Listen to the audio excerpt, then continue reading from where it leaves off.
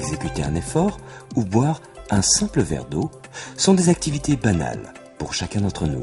Mais pour notre corps, elles exigent une cascade de mécanismes souvent insoupçonnés. En suivant le liquide que nous venons d'avaler, nous arrivons au sein de la circulation sanguine.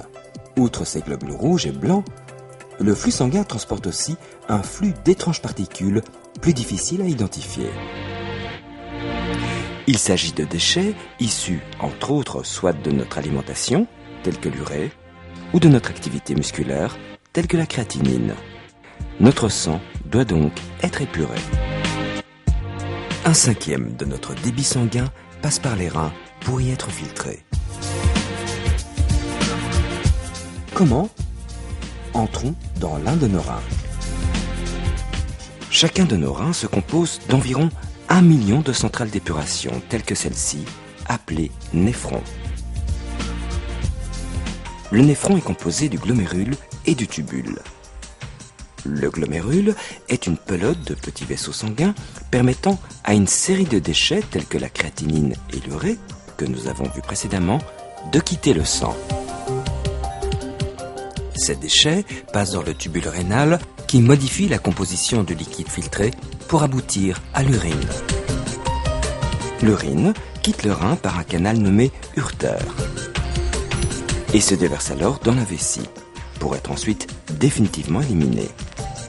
Le sang purifié par contre se dirige alors vers le cœur. Nous venons de découvrir 2 fonctions essentielles assurées par nos reins.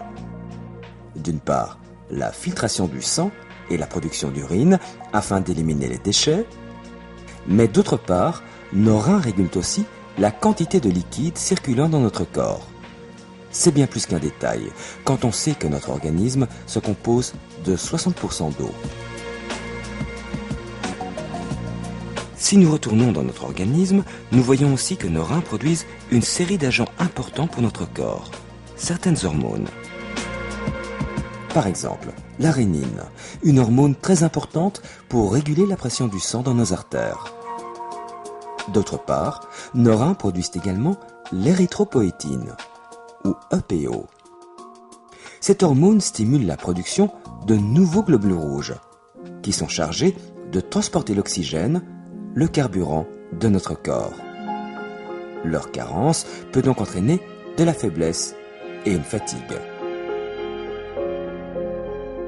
Enfin, nos reins se chargent aussi d'activer la vitamine D, qui favorise l'absorption du calcium, indispensable notamment pour nos os.